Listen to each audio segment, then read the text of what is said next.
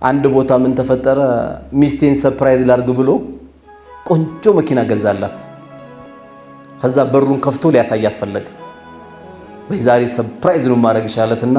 በሩን ከፍቶ እንዲህ ሲያሳያት መኪና ነው ትስቃለች ብላ አትስቅም ምን ሆንሽ ሲላት አይ ይሄን ከለር አልነበረም የፈለኩት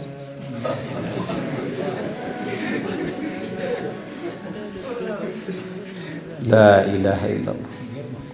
2 ኪሎ ቡና ደግሞ ለናት ብትሰጣት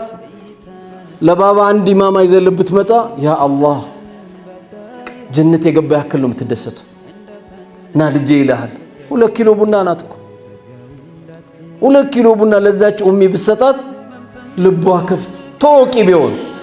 ቶ በጉን ገዝቶ መግባት ቡና ያላ ደስታ ቀላል አይደል